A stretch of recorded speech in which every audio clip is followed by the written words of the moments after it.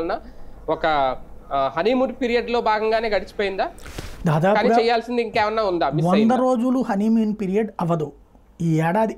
దాదాపు honeymoon period లో 100 రోజులు గడిచిపోయింది. అంతే అంతే అంతే అదే టోటల్ గా చూస్తే ఒక 6 నెలలు హనీమూన్ పీరియడ్ గా వదిలేయాలి.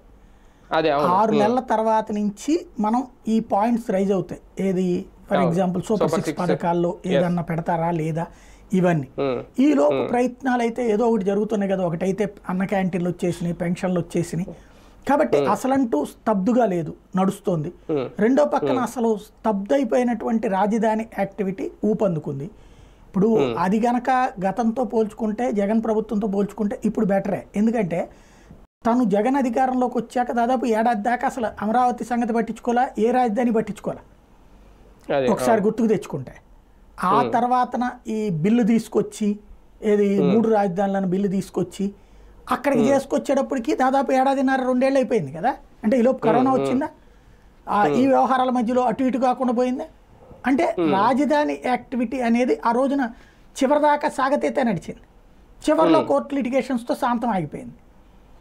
అంటే 2-3 ఏళ్ల దాకా దాని మీద పెద్ద సీరియస్నెస్ లేదు మనకి. ఇప్పుడు సీరియస్గా మొదటి రోజు నుంచినే స్పందిస్తున్నారు.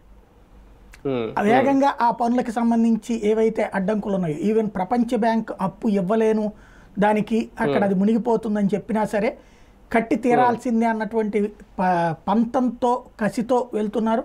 నెదర్లాండ్స్